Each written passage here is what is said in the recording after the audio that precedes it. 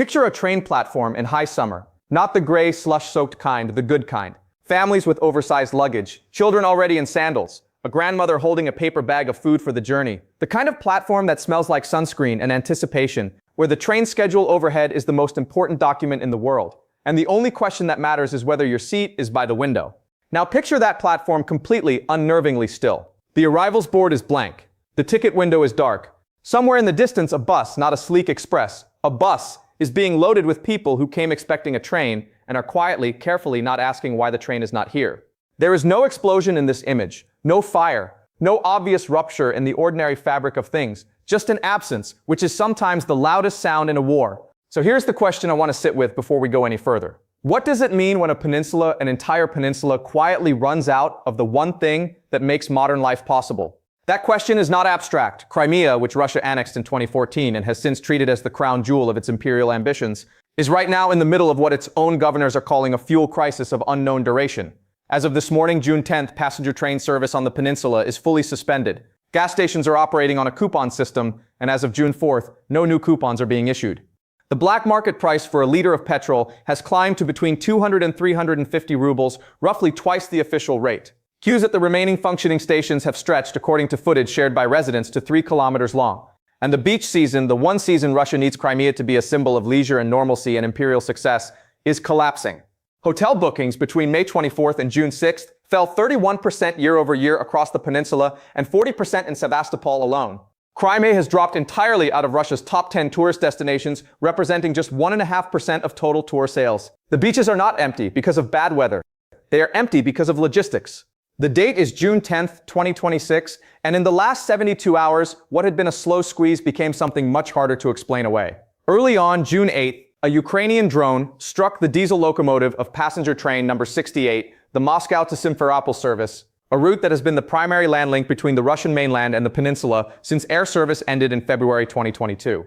The assistant driver was killed, the engineer was wounded. Grand Service Express, the rail operator, suspended all passenger services the same morning. Passengers already en route were transferred to buses and driven to Kerch, where they could rejoin trains on the mainland side. Ticket sales for future departures were halted. Delays reached 9 to 10 hours. This came just days after Ukrainian drones struck 2 locomotives on the Kerch corridor, the strategic rail spine that moves military supplies toward the Kerch Bridge, and after a separate drone strike on June 7th damaged the deck of the Chongar Bridge, the main road crossing from occupied Kherson Oblast into Crimea, forcing traffic onto alternative routes. 3 vectors of supply, each already under pressure, each struck within a 72-hour window. This is the tempo we are watching. This is Professor Jiang. If you watch this channel because you believe someone should explain the economics and logistics underneath the headlines, not just the explosions, but the cause and effect chains that make those explosions matter, then you belong here. Hit subscribe. There is genuinely a lot more to unpack. Now let's follow the money and the fuel. Because the way this crisis was constructed is, in a strange way, almost elegant. It did not happen because of one dramatic strike. It happened because Ukraine spent months, very deliberately, closing every door at the same time. Start with the refineries. Since the beginning of 2026, Ukraine has conducted what its own defense ministry is calling a systematic campaign against Russian oil processing infrastructure. President Zelensky stated on June 1st that Ukrainian forces have struck 15 Russian refineries this year, disabling approximately 40% of Russia's primary refining capacity as of May. Bloomberg, tracking the data independently, reported that Russian refinery processing volumes fell to 4.69 million barrels per day, the lowest level since 2009, 17 years ago. In May 2026 alone, Bloomberg tracked at least 30 Ukrainian strikes on Russian oil facilities, hitting 8 of Russia's 10 largest oil sector companies. This is not a side campaign. This is a supply reduction strategy at the source. If you produce less refined fuel nationally, there is simply less to move anywhere, including to a peninsula that is already difficult to supply. Now move downstream.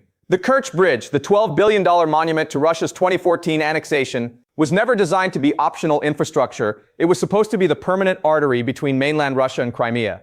After a Ukrainian intelligence operation detonated a truck bomb on it in October 2022, Russia was forced to ban fuel tankers and heavy military cargo from crossing. That ban is still in place. The bridge continues to carry light passenger and commercial traffic, but it is no longer capable of serving as Crimea's fuel pipeline. So Russia pivoted to rail ferries across the Kerch Strait. 3 ferries, the Conro Trader, the Avantgarde, and the Slavyanin, were tasked with carrying fuel across. All 3 have been struck between 2024 and 2026 and are currently out of service. Car ferry wait times have reached 5 days. The emergency option is gone.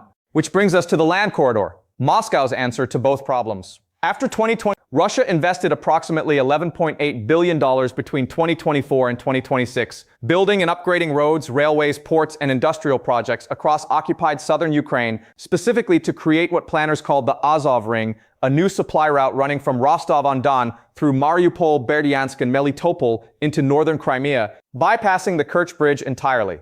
For a period, this appeared to work. The R-280 Novorossiya highway became the peninsula's de facto fuel artery.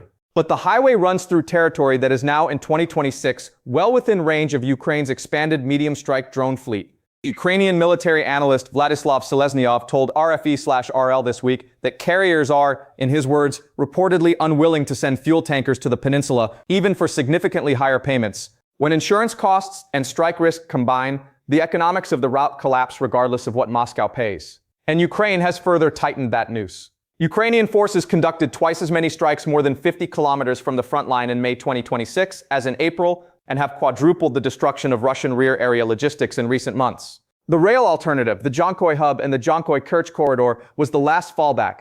Jankoy Station, the main northern rail entry point into Crimea, was temporarily closed for passenger boarding on June 2nd after drone strikes. 2 locomotives on the Jankoy-Kerch line were destroyed around June 5th to 7th.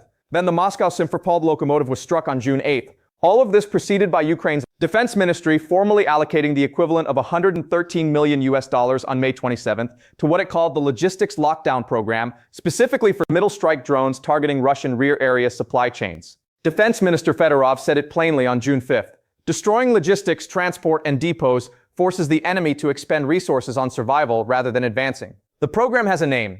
It has a budget. It has measurable output. The result on the ground is a rationing cascade that moved astonishingly fast. On May 22nd, Sevastopol introduced the peninsula's first emergency fuel cap, 30 liters per vehicle.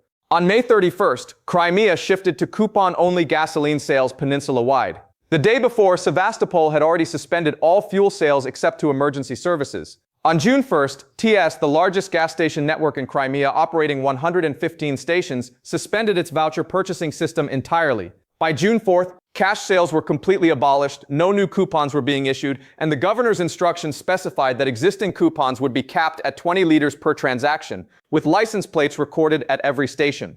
In Sevastopol, fuel refill QR codes through the Russian state Max app were reportedly selling out, according to Governor Razvozhiev himself, within, and I am paraphrasing his Telegram post, a few dozen seconds. Each vehicle is then locked out of the system for 7 days. On black market platforms like Avito, residents began listing petrol at 200 to 350 rubles per liter. Private cars are permitted to carry 100 liters each onto the peninsula, enabling roadside resale. People were literally buying fuel from strangers' trunks. And then, on June 8th, the train stopped. I want to be careful here about what I say next, because this is the point where the analysis can go either too far or not far enough. The temptation when you see a cascade like this is to say, this is it, this is the moment, Crimea is about to fall. I don't think that's what the evidence shows. I want to be honest about what I don't know. Russian authorities have given no timeline for restoring passenger rail service. It is not confirmed when or in what form trains will run again. Russian sources have suggested ferry restoration is possible closer to September, but that is an unverified official claim. The R-280 highway is degraded but not permanently closed. The Kerch Bridge is still operational for light traffic. Russia has $11.8 billion of invested infrastructure in this supply corridor, and whatever else you want to say about the Russian state. It has shown a consistent willingness to absorb costs that would stop most governments. Anyone selling you certainty about timelines is lying. What I can say is that the rate of closure is significant and that it is deliberate. These are not random coincidences. A formal program was announced, funded, and named. Its results have been publicly tracked. When Kremlin spokesman Dmitry Peskov was asked about Crimea's fuel crisis on June 8th, he said, and this is a direct quote from Reuters, "There are indeed certain problems at the moment.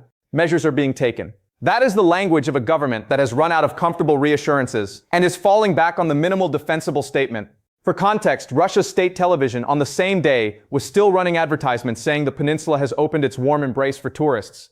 I want to be fair to the other side here because good analysis requires it. Both of the following things can be true simultaneously. First, Ukraine's refinery campaign is strategically effective at degrading Russia's domestic fuel supply and logistics capacity. Second, it has paradoxically pushed more raw crude onto world markets. Because domestic refineries can't process the crude they're producing, Bloomberg reported that Russian seaborne crude exports climbed to 3.46 million barrels per day, the highest level since the war began. By destroying refining capacity, Ukraine may be increasing the volume of crude Russia can sell internationally in the short term, which potentially helps fund the war chest it is trying to drain. That is not a reason to stop the campaign, but it is the kind of complication that anyone offering a clean narrative has probably skipped over. Also worth noting, Moscow has condemned the June 8th locomotive strike as a war crime, arguing the train was a civilian passenger service with no military logistics role. This framing is, in some respects, cynically deployed. Russia does not typically apply the civilian infrastructure standard to its own strikes on Ukrainian power grids, bridges, and rail networks. But in certain neutral country and peace process contexts, it carries political weight. The question of whether and how much military freight was traveling concurrently on the same rail corridor is genuinely not independently verifiable. I won't pretend otherwise.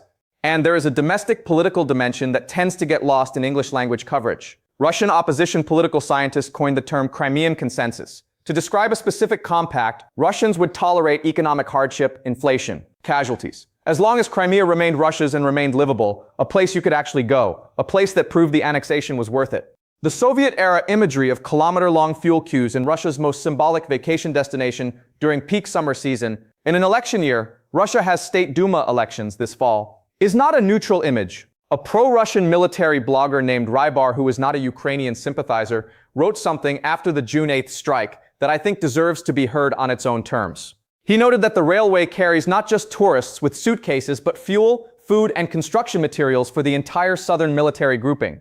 And then he added, the more residents this crisis affects, the more difficult it will be to respond.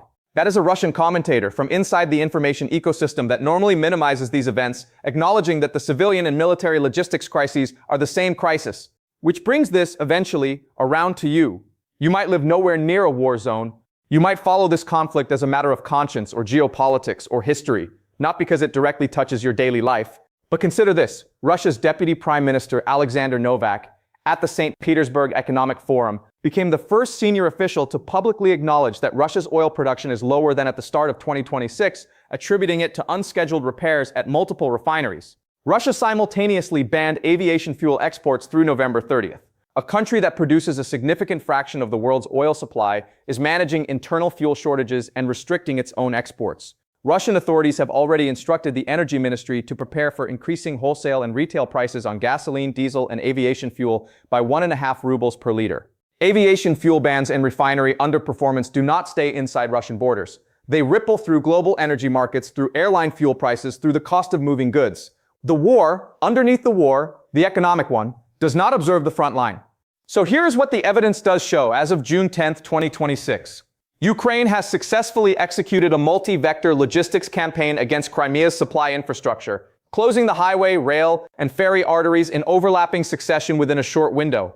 The peninsula is experiencing its most severe fuel rationing since annexation. Tourism, a critical propaganda function as much as an economic one, has collapsed during peak season.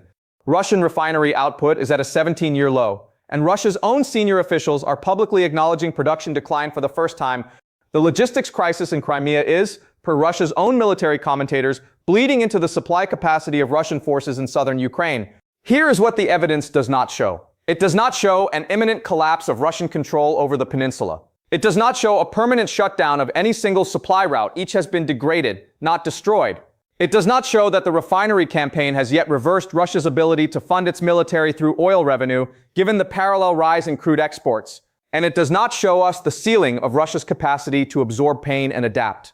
We have underestimated that capacity before. We should not do it again. What it does show is that the shape of this war has changed. The front line is no longer the only front. The beaches of Crimea, the fuel queues, the blank arrivals board, these are part of the same conflict measured in different units. Here is the question I will leave you with. Russia spent billions, annexed a peninsula, built a bridge, constructed a land corridor, and called all of it permanent. Ukraine, working with drones that cost a fraction of any of those projects, has managed to make permanent feel provisional. If the cost of holding territory is higher than the cost of contesting it, not militarily, but logistically, economically, in the daily lived experience of the people you told you were liberating, then what does it mean to hold something at all? Is possession still 9/10 of the law when the 10th you're missing is the ability to keep the lights on and the trains running? This is Profesh Young. I'll see you in the next one.